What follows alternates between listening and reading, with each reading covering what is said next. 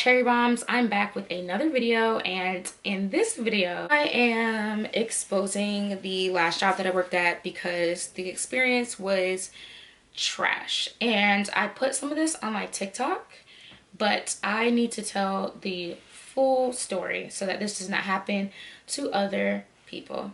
So before we get into this story, please give this video a thumbs up if you like my content so that more people can find my content. Leave a comment down below at the end if you can relate or have been to something similar. I hope that you cannot, but realistically you might be able to. And also turn your notifications on because I'm very sporadic with how I post, and if you don't have them on, you'll miss me. And subscribe to my channel so that you can see more of my content.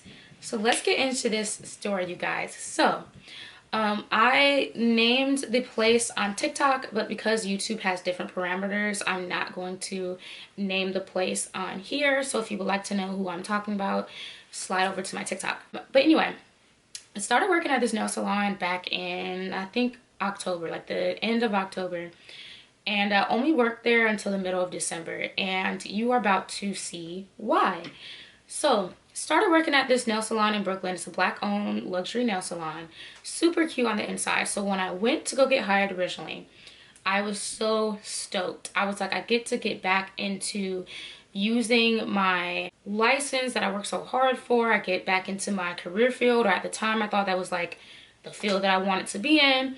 And also I was just going through this phase where I was like, you know, the club was really slow, and I just really wanted to remind myself that there are opportunities to make money outside of the club that align more with myself and what I want to do long term. So this was like, this job was like my way of being like, okay, I'm going to refocus on what I feel as though I'm meant to do, like my calling, my path, and, you know, make money, and then just give myself a break from being in the club. This job did everything to stress me out, even more than being in the club. And ultimately, not saying that like, oh, you should be in the club is better or 9 to 5 is better. I'm not saying that. But to the people that are always so judgmental about people working in clubs and whatnot and working nightlife, this story just goes to show a true testament as to why you need to just mind your business when it comes to how other people are making their money that pays their bills. Because then when we are freaking struggling because we tried to go back into a lifestyle that didn't necessarily fit us at that specific time, i.e. working a 9 to 5 when I was making way more at the club, then I'm struggling to eat. Y'all don't be paying them bills. But anyway, I'm gonna get into why I did not like working with this specific company. So boom, started working with them in October, and at first things were like, I'm not even gonna say things were good, because I feel like from the very beginning there were so many red flags. Like from the very beginning, it was 11/11 period. From the very beginning I was seeing signs of like, okay, like this might not be the place for me. But I was just so bent on not being in the club because the club was just so ridiculously slow. And I was just like, I want something that's consistent. Even though I understand there's going to be less money, it'll be consistent money. Did I think it was going to be that much less? Absolutely not. The job was hourly instead of commission, and most nail salons I've ever worked at have been commission. You make a lot more money with commission salons, especially considering the fact that they charge so much for their services. They could make sure their techs get commission, you know. But anyway, so at first I had the conversation on the phone with Kathy, my best friend, because Kathy was the one that actually sent me the salon. Because when I was telling her I wanted to get out of the club, she was like, hey, you know, like here are some black-owned salons in Brooklyn, try them out. I ended up messaging them, boom, got on board. After my interview and finding out that I had got the job, I called Kathy and I was like, you know, I'm super excited, but I'm kind of weary because it's hourly and I have not worked an hourly job in a really long time. And I just also know that with a lot of hourly jobs, it don't be adding up. And at that time, they had not told me how much I was going to be getting paid. So that should have been a red flag just in there, you know? So boom, I started working for them. You know, of course they tell me how much I'm getting paid or whatever. It's literally not ish. I was getting paid $18 an hour in a city like New York. that is super expensive. That's not even livable. I feel like paying people anything below $25 an hour in New York City is not livable. It is very inhumane, and it is just unjust. Like, it is, because there's no way, even with 40 hours a week, that person is going to absolutely struggle to live here. So the money was already one thing, but I was like, you know, Kathy, I'm gonna make it work. And Kathy was actually the biggest advocate for, like, she was like, hey, I know it's not what you're used to, but you can get the experience, you can work on your artistry. Like, Kathy was really like an advocate for them. Like, she was like, our goal was never to be stuck in the club. Give it a try. Just open yourself up to it, give it a try, and don't close it off immediately just because it's not exactly what you want. So I was like, you know, you are so right. So I started working there, right? From the time I started working there, I noticed that they were having techs quit left and right. Like, literally, okay, so my first week there, I saw 2 girls quit the first week, and I overheard one of the girls, and I know that she was talking about management, or, you know, the owners. So I overheard the girl, and she's talking, and she's like, she's downstairs, and this, y'all, this is like my first or second day there. Actually, I think it was my first day, because I never saw this girl again. She's like, all they do is lie. They're always lying, like, da-da-da, like, all they do is lie. Like, I'm so tired of this stuff, like, da-da-da.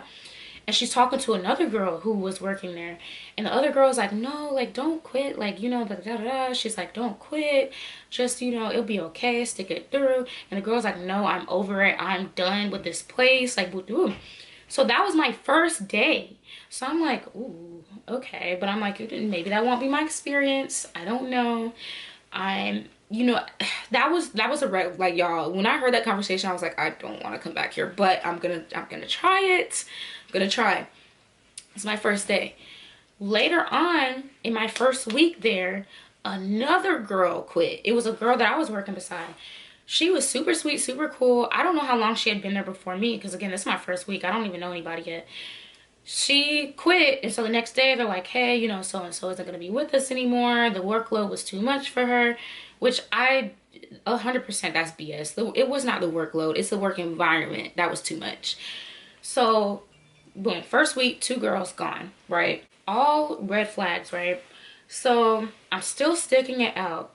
So as we're going through training and stuff, I'm really realizing with the training process, I'm like, wow, okay, so the trainer, one of the owners, I'm gonna call her Lo, and then the other owner, who was Lo's best friend, I'm gonna call her Tasha. When I was training, I would just notice, like, Lo was extremely, and when I say, y'all, extremely anal, I mean to the point where it was nitpicky, like very, very, very, very, very, very nitpicky.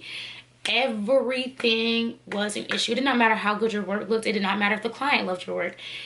Everything was, she would literally, y'all, and normally I would expect for clients to do this, not the owner of the shop. She would take every last thing you did, she would put it this close, she would turn it, and y'all, I'm not even exaggerating. Y'all see how close this is? She would literally turn it like this close, and be just literally just looking for something, always looking for something. Imagine you're getting that done after every couple steps you do, or after every other client. You have somebody who, whether they do it at your desk or at the front, she's at the front or at your desk, literally taking the person's hand and, like, stopping to look at it and just doing all of this and being like, oh, you know, there's just the slightest, like I can't even, y'all, when I say, because y'all are gonna hear this and think that I'm just saying that, or I'm just being biased because it was me, and, you know, like, people don't like their work critiqued. I'm okay with critiquing, you know. It was literally to the point where it was like, it was stuff that, like, it was the smallest, stupidest stuff. Like, I just can't stress this enough. And so the girls that might see this who work at that salon, they know I'm not tripping. They know exactly what I'm talking about. To the girls that have quit that salon, they know exactly what I'm talking about. It was it was not criticism, it was nitpicking. So she would do that all the time. So I'm noticing that when I'm first starting off or whatever, right? So I get through training, and it's time for me to, like, do things on the floor or whatnot. Originally, when they hired me, I told them the things that I know how to do, the things I'm good at, the things I like to do.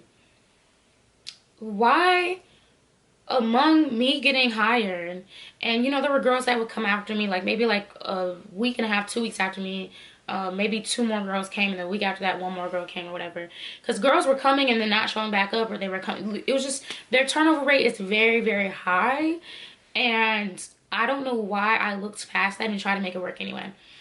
So when I get started, I had told them, and I'll put pictures to the side of like some of my work, some of my nail tech work, as I did on TikTok as well. I'm like, I'm capable of doing all this stuff, you know? And they taught me Gel X, and they taught me structured gel, manicure, whatever. But I never really got to do Gel X. The majority of my clients, y'all, were plain manicures and pedicures. And the whole reason I took this job was because I looked up the artistry on their Instagram, and I said, oh, this will be my opportunity to actually get more playful sets, more creative sets, get to work with different designs, get to do longer nails, versus the shop that I was at in Harlem in the past, where, God bless her soul, loved working for her. It was just financially, it wasn't working out. And the clientele was, you know, older, and they wanted a lot of simple stuff. Salon in Harlem, all love to her. But anyway, I wanted different though. So I'm thinking I'm gonna come into the salon, I'm gonna get challenged, I'm gonna get to fun, creative stuff. Y'all, all my sets, regular, literally like gel manicure, pedicures. I'm like, not me being turned into the pedicure girl at a Black-owned salon, when the whole reason that I've been trying to get out of, you know, even when if y'all see my nail video from a while, but from years ago, that one went viral, where I was saying why I didn't like working at the Vietnamese salons, because they would always try to make you, as a Black girl, they make you the pedicure girl, and they wouldn't let you do anything else. I'm like, not me at a Black salon. And I, once again, am the pedicure girl, regardless of the fact that I'm very skilled with doing nails. Like, I can do some nails. I'm like, okay, I'm in the salon, I'm the pedicure girl again. I'm seeing that I'm getting all pedicures. When I'm not getting pedicures, I'm getting regular manicures. They're not asking for designs, nothing like that. And then when I finally did start getting a little bit of designs, they were like, y'all, literally the most basic, minimal designs ever. So I'm not getting challenged any type of way. And then I'm noticing, because there was another girl that got hired, like I said, like maybe like a week or 2 after me. She comes in, she's getting to do fun sets. Why I can't do no fun sets? I don't know why I was just being overlooked and wasn't getting to do nothing. And then they had two nail techs on the other end, actually 3 on the other end, but 2 specifically they would let do like fun designs, pattern play, freehand, you know, drawing, line work, all that stuff. They have 2 techs that they really let do that fun stuff, like that really intricate stuff, and no one else even got the chance to even try it. No one else. Those are their 2 favorites. They give all the fun stuff to them. You can even see on their IG page, like they'll tag the artist or whatever, the nail tech, and this is no shade to those nail techs. They're phenomenal. Like, they are great at what they do. But it's like, y'all not giving anyone else the opportunity to do it, because you're just assuming like, oh, I'm just gonna give it to this one, I'm just gonna give it to that one. No one else gets the opportunity to even showcase what we can do. On top of the fact that we were to receive 20% commission on nail art. If you're not doing nail art, you don't get the opportunity to receive that commission. I worked 4 days a week. A lot of the girls in there work 6 days a week. You should not have to work 6 days a week just to make not even $800. Why are you working 6 days a week and making less than a band? And that is unacceptable. We live in New York City. It's extremely expensive. And to deal with all the nitpicking and the condescending tones and how they talk to people for under a band? Like, they would talk to people, I feel like children. And that's why a lot of the girls will quit, because of the way that they talk to people. It was not the workload or anything. It was the way that they talk to people was very condescending. Mind you, they're in their early 30s. I'm not your child, bro. And then, like, on top of the nitpicking, the condescending comments, so Lo was very controlling. And I feel like it's one of those situations where, like, y'all know people that are control freaks who don't realize they're control freaks? Like, she is a major type A control freak. And down to the point where it was like we had no creative freedom within like what we could do within the establishment. First off, they told us that you couldn't do your own nails in the salon, which, okay, cool, I get it, it's a luxury salon, that's fine. When do you expect though the girls that are working 6 days a week, when do you expect them to get their nails done when they're working 6 days a week? And you know, the shifts are 8 hours, and on the weekends they're 10 hours. When are they supposed to find the time? But okay, you know, that's besides the point. I'll let that one go. You're a luxury nail salon. You don't want to look a certain type of way if girls are doing their nails or practicing on themselves within the shop. You don't want people using your products. Okay, cool. They were to a point where they were like, oh, well, you can't now I get like the you not being able to do your own nails, okay, cool, that's one thing. Then telling us that you can't practice nail designs during your free time. So if somebody comes in and they want a certain design, and I could have been practicing that design during the hour in between clients that I might have had, or the 30 minutes in between clients I might have had, I could have been practicing a design. How does that make sense? I let that go. So boom, then I think they finally got to a point where they were like, okay, like we do need them to be able to showcase their work. So they started doing this thing where they were like, okay, well, we'll give y'all a theme, and or we'll show you a picture, and then you make a set of press-ons for that picture. I'll put the ones that I made over here. You could make a set of press-ons, but they got to pick the theme, they got to pick the picture. You couldn't show them, like, say that you had a style that you like. Nope, couldn't be that. Lo would literally be like, oh, actually, let me find something, like, let me find something for you. After you just showed her an intricate Pinterest design that you could have been doing, she would be like, if it wasn't, they had one set aesthetic, and I will post pictures of the aesthetic of nails that they liked to be done within the shop. And anything that didn't fall within this specific category, which I feel like is designed to keep a certain clientele out of the shop, but anything that didn't fall within this specific category, they'd be like, you know, they would kind of just like write it off, like, oh, you couldn't do that. Lo picked a design and I remixed it because I'm like, I don't want to, y'all do this same style on every other client that comes in here, or you try to talk them into doing the same style. I get that that's one of the trendy things that's in right now, but that's just one out of several nails that are on trend. So you couldn't even, like, even when you did get the time to be like, oh, okay, like you would have time to practice stuff, they would decide what you got to practice. Y'all, because be for real, there's no way that every other person that came in there was only asking for that aura, alien swoop, whatever the hell that thing is. I get that it's on trend, but that's not the only trend. So I'm going to insert some pictures of other styles of nails that I feel like are popular and also trendy that we never got to do. And these are more the styles that I like. I like everything, but these are more the ones that I lean towards. We never got stuff like this. It was it was always aura nails, or it was that freaking ugly ass, I'm sorry, this thing is ugly, putting them white lines or chrome lines or black lines all over an aura design. Bro, be a lot of things, and while you being those things, be fucking for real. And then on top of all that, they would always be like, so like I said, Lo and Tasha were friends. They would be whispering all day, 24/7. Y'all are whispering, like, and it makes techs and clients uncomfortable because we don't know what you're whispering about. Which to me personally, as much as they would stress, like, oh, y'all need to do this, y'all need to do that, da, da, da, like the client needs to see you doing this or doing that. Okay, y'all are stressing our etiquette, but if we're being honest, whispering in front of people is rude. That is extremely rude. We don't have a way of knowing if you're whispering about us, if you're whispering about the client, like, that's rude and it's unprofessional. And I mean, like, always whispering, and they would like laugh and like kiki and stuff. So Kathy starts working at a salon after me, right? As Kathy is working there, again, they're nitpicking, they're being condescending, and I mean really, really nitpicking. So Kathy's reasoning, because mind you, Kathy was coming all the way from Yonkers. This place is located in Brooklyn. She is making a darn near 2-hour commute to come here for y'all to be condescending, mean girling her, nitpicking, and just making the environment very miserable, like very, very miserable. And so her last straw was like, basically they had and Kathy would have to tell this part of the story because I don't want to tell it wrong because I wasn't there this day. This was one of my off days. But essentially Kathy had you know, the day was going normal, was going fine. At the very end, she had a difficult client. The client themselves wasn't difficult, but she was having difficulty with that particular service. It's a long day. And one of the last things you have to say, like, first off, they were already saying like little stuff that Kathy that was bothering her. But one of the last things you say is, yeah, make sure you improve. It was something along the lines of, make sure you improve because we fire people too. You're going to kick somebody when they're already down, like they're already discouraged. They've had a tough last client. They're ending out their day. It was like that was their final straw. You don't wait as they're leaving, as they're exiting, and then crack a joke like that, playing with somebody's livelihood. So my thing is, along with the whispers, so boom, Kathy ends up leaving, and then Not only did they give me all of Kathy's pedicure clients after she left, which made me feel as though they were retaliating against me because I was my friend, because everyone in there is capable of doing a pedicure. I did pedicures for a solid week after that. That's all I did was pedicures.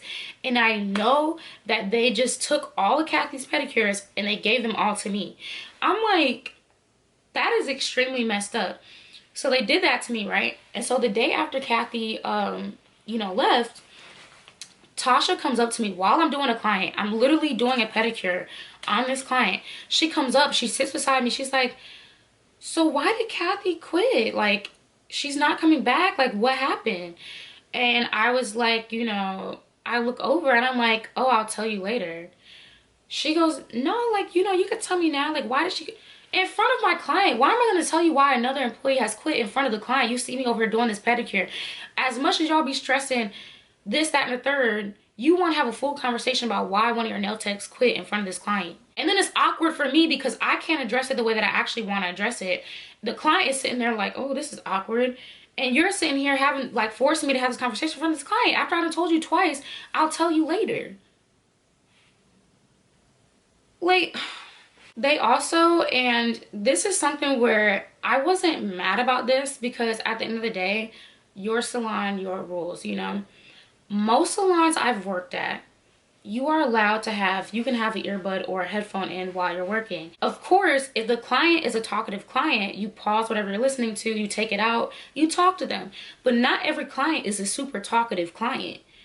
So for the ones that would prefer, because they be on their phone or they be having a conversation on their phone, like they're on the phone. So for the ones that are like that, or the ones that just prefer just to kind of sit in silence, a lot of the time at a lot of other salons, you can have something playing low in your ear and it's not an issue. They still get their service done. You get through the service. It's not awkward for either person. At this particular salon, you could not have anything playing while you were doing clients. Cool. But then for the ones that weren't talkative, then you're just sitting there in silence and it's awkward. And for me, I normally like to, what I would do, and this is what would kill me the whole first week or two working with them, they would constantly be like, oh, what happened there? Like, it's taking you a little long to do that service. Like, you watch your time, watch your time, watch your time. Little did they know, for me, in every salon I've worked in, I play videos that match up to the time it should take me to finish the service. If the service should take 45 minutes, I'm listening to a 45-minute podcast. I listen to a 45-minute compilation of scary stories on YouTube. But I wasn't even tripping off that. It was more so me tripping off the fact that y'all don't want us playing anything.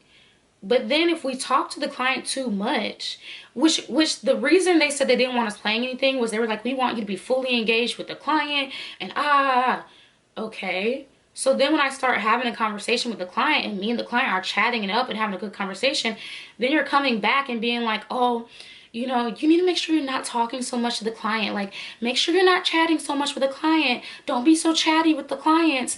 And then had a whole meeting where they were like, oh, y'all make sure you're not talking to your coworkers too much. Don't talk to the clients too much, or don't talk to your coworkers' clients while they're working.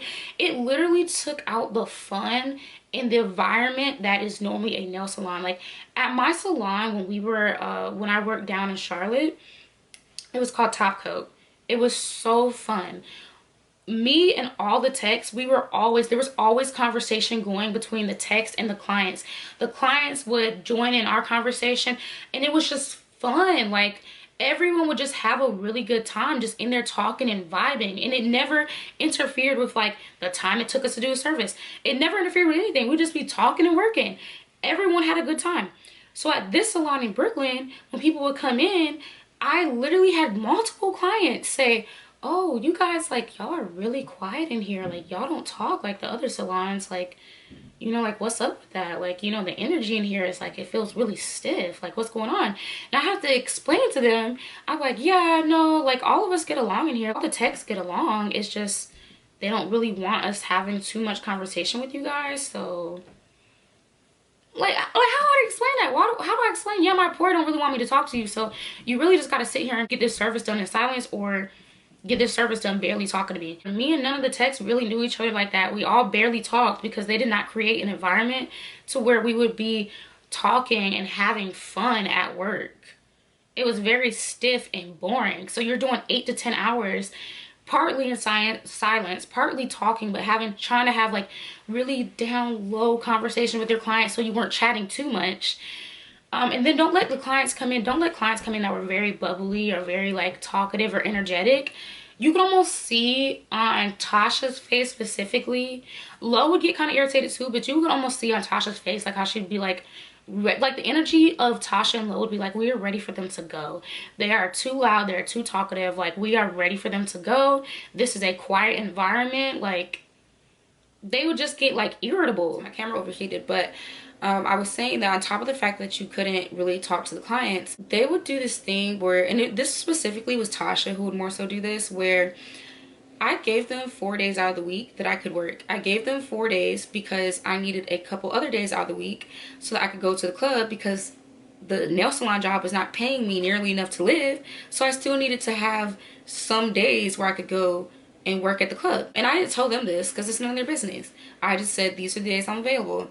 Tasha would try to do this thing where like she would try to like catch you on the spot and ask you if you could come in this day or come in that day, and she would do it so on the spot so that you would kind of feel like pressured into saying yes. And it never worked with me because I'm like, no, my days are my days. But she'd be like, you know, like say she wanted me to come in on one of my day off, because she would always try to do that. She'd be like, oh, you know, can you come in on this day or whatever? And I'm like, no, I can't come in that day. And I remember she would be like, oh, what are you doing that day? Like, what are you doing? And I'm like, it doesn't matter. I said I couldn't come and I'm not available that day. And that day is not one of the days I gave you. It doesn't matter what I'm doing. I'm not coming here. I remember there was one time she'd asked me if I could come in on like a Sunday. It was the only Sunday I ever worked with them, because I'm like, I'm here Saturday from 10 to 8. And then sometimes still go to the club after I get off here because I need money. So I can't I can't come in here on these Sundays, which means I'm not going to get any sleep, and I can't use Sunday as a recovery day because I'm in here with y'all. Absolutely not. But this one Sunday I did agree to go. And she had said, like, when I was like, oh, I don't know, like, let me see if, like, you know, because I had told them my bar did it. So I'm like, oh, like, I gotta see if they need me at the bar or whatever. She's like, no one's coming in on a Sunday, they don't need you there. I'm like, it's not about the Sunday, it's about the fact that Saturday I'll be working and we don't close until 4 a.m. And I'm not going to close at 4 a.m. and then be expected to be here at 11 a.m. on Sunday. I'm not doing that. Then also a little commentary, like I remember like one of the days I came in with a waist trainer, so she had said a little something about, you know, people wearing waist trainers or whatever. And so I think like maybe like a couple days after that I went, and there was a Chick-fil-A like right down the street, y'all. And I was obsessed with this Chick-fil-A because it had been a while since I had Chick-fil-A. But one of the days I came in and I had mentioned, I think probably in a previous conversation I said something about, oh, like I'm gonna try to like, oh, I don't think I even said I was going to try to eat healthy. I think she just associated me wearing the waist trainer with like, because I said something where I had said, when she mentioned the waist trainer, I was like, yeah, if I'm gonna be sweating doing these clients, I might as well like sweat where I want to actually be sweating. And I said it jokingly or whatever. Y'all, why I come in with Chick-fil-A one day, she's like, oh, I thought we were eating healthy. Like, what's going on? I'm like, why would you ever comment on anything that I bring in here to eat? That is so rude and so unprofessional. Yeah, Chick-fil-A, this is what I want to eat today. I'm grown as hell. Why are you commenting on that? Oh, okay, so they had, y'all, they had this meeting. It was this shady ass meeting that they had, right? And it was literally so, it was on one of the days we didn't open till 10, but they were like, oh, everyone needs to come in at 9 because we're having a meeting. I'm pretty sure we did not get paid for that meeting. They were like, oh, you know, everyone needs to make sure that they're washing their hygiene because it's a small space, and like we just all need to be considerate or whatever because it's a small space. Woo-de-woo. We're like, oh, you know, no headphones on the floor. I know the no headphones was directed at me or whatever. I don't know who that was directed at, but I know the no headphones was directed at me. So they're like, and no headphones on the floor, da da da. They also mentioned during this meeting, which I feel like this meeting was like to take a lot of digs at like specific people, which I feel like if they felt that way, like the meeting could have easily just been a massive text message with everyone in it if they really felt that type of way. Anyway, because it was all just, it was very self-explanatory. Like, you're talking about hygiene, like everyone in here knows how to do their hygiene anyway. And then they were like, oh, they were talking about, so there was one day that I had left my trash by, they had a back door where we would take our trash out, and I would normally always take my trash out, but then I would see that the other nail techs that had been there for longer than me will leave theirs by the back door and just take it out at the end of the night. So I'm thinking, okay, like that must be okay. Y'all, of course, the one day I leave my trash over there, it's, oh, you know, and y'all, honestly, I gotta talk about this too. Well, I'm gonna say this first. So she's like, oh, inserts first name, because I don't use my first name out here. But she's like, oh, so-and-so, you know, we take our trash out and I'm like, not the one day, the one, literally y'all, the one solo fucking day. Anyway, and speaking of names, they tried to give me hell about using my last name, because that's what I like to be referred to. Cherry is my last name. They tried to give me hell about using my last name, and then tried to like decorate it, because my thing is like, no one's stupid. This whole little nice nasty thing, like, no one is stupid. I'm literally this in the same age range as y'all. Y'all think y'all are outsmarting everybody so freaking bad, because y'all, I told them I prefer to be called Cherry instead of by my first name. I don't like to be called by my first name at jobs or anything else, because I don't need people knowing my whole name, considering the fact that I do social media. And then on top of that, I've also had experiences where people have gotten very creepy with me after, you know, knowing my phone number or like just things like that. I don't use my whole government name at work. I don't. And that is my prerogative, because Cherry is still my government name. It's my last name. Anyway, they try to give me, the night that I told them, I was like, hey, I would prefer if y'all call me Cherry instead of by my first name. They're like, oh, well, we have to use your first name because that's what's on the payroll. I'm like, no, you don't. When you pay me, my pay stubs will say my whole name. When we're in the shop, refer to me as my last name. They're like, oh, y'all literally was going back and forth with me about what I want to be called, what is legally written on all my documentation. You're going back and forth with me about the fact I want to be called by my last name. And I know it's because I've only experienced this. It's very rare that this happens, but when it does happen, it always happens with older black women, where they determine that my name is not professional enough for them. So therefore, they will not call me by what I want to be called because it does not sound professional to them.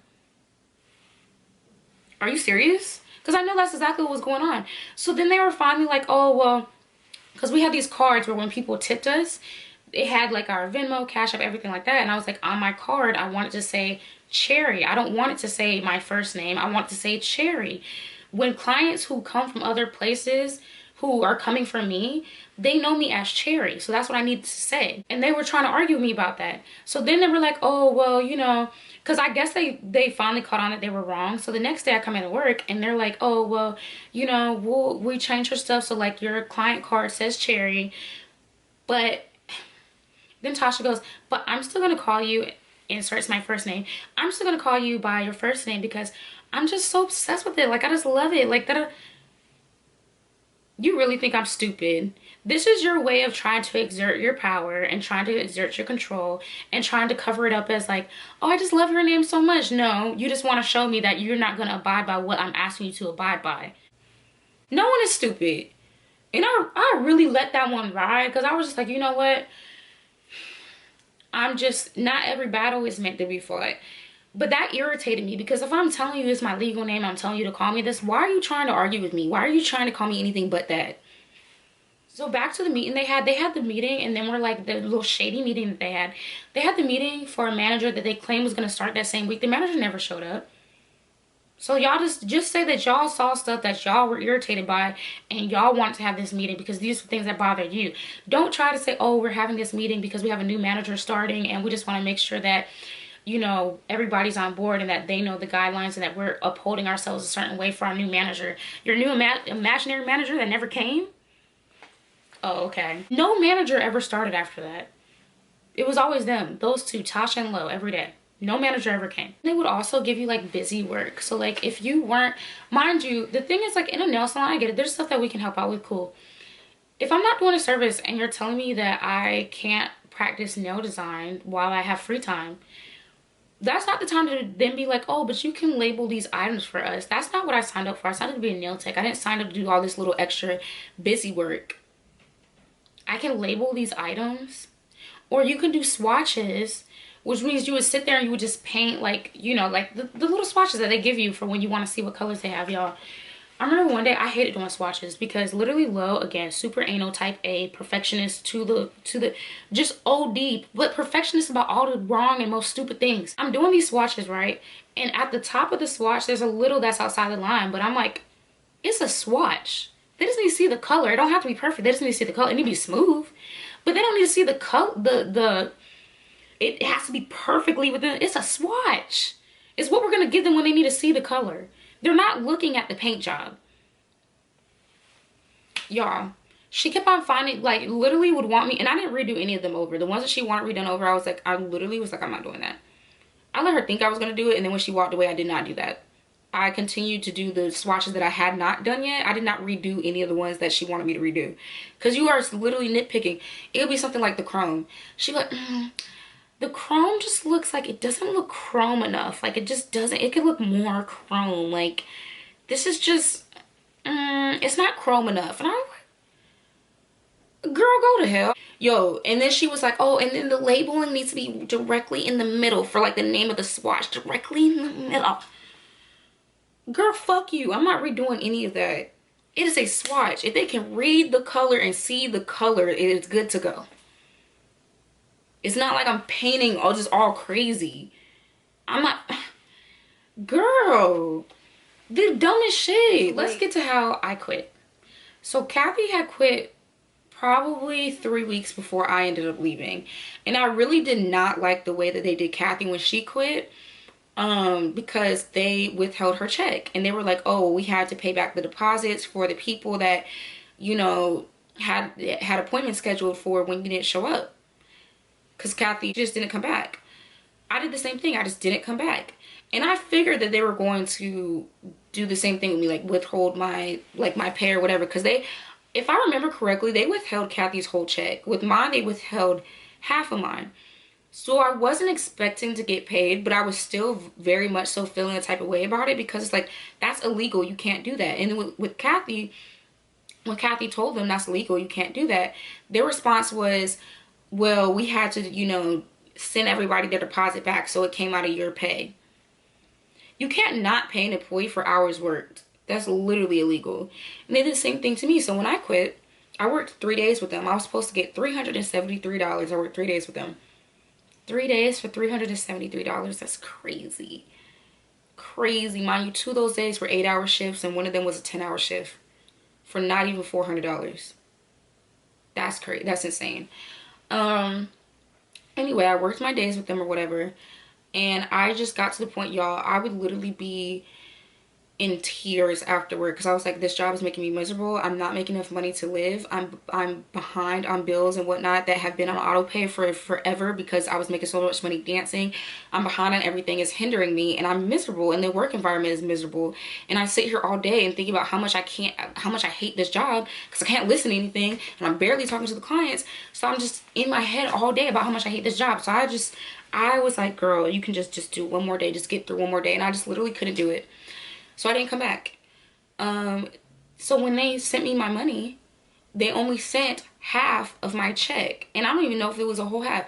They sent $149 to me. And it is the amount of pettiness that really drove me to be like, I'm going to speak out about this because I know other people that have worked for them and had horrible experience, and that's why their turnover is so high. And they count and depend on the fact that no one really has a big enough platform to speak out against them. I know they do. Because the way they get shady over text and stuff, because Kathy has the text messages where they were basically like, oh, well, we're not paying you. Oh, well. Because they've never had somebody with a platform big enough to actually speak on it. So I'm literally making this video and the TikTok video I made for all the underdogs who have been wronged by them and didn't have a platform to speak out on it. Because you need to pay people for the time they worked and the money they're owed. You can't just not pay people because you don't like how they quit. Oh, well, you run a business. People are not always going to quit the way that you want them to quit. And we never signed any contracts or any type of paperwork that said that we forfeited our pay if we quit without notice. That is my story working at the Black-owned nail salon, luxury nail salon in Brooklyn that I was working at. Again, if you want to know the name of the salon, it is on my TikTok. I am not making this video for malicious intent. It's literally just so that this doesn't happen to other people that are considering working with them, and so that they don't continue to just fly under the radar with how they treat their employees and how they treat people. Because even the clients, like, they would be disrespectful in the way they were talking to the clients. And I think a lot of people just have not left the reviews that they probably should have left, but they were very condescending and nasty to the clients too. But yeah, that's my story. Give this video a thumbs up if you like this video. Please comment and let me know if you've been through anything similar. Subscribe to my channel, turn on your notifications, and I'll see you guys in my next video. Bye.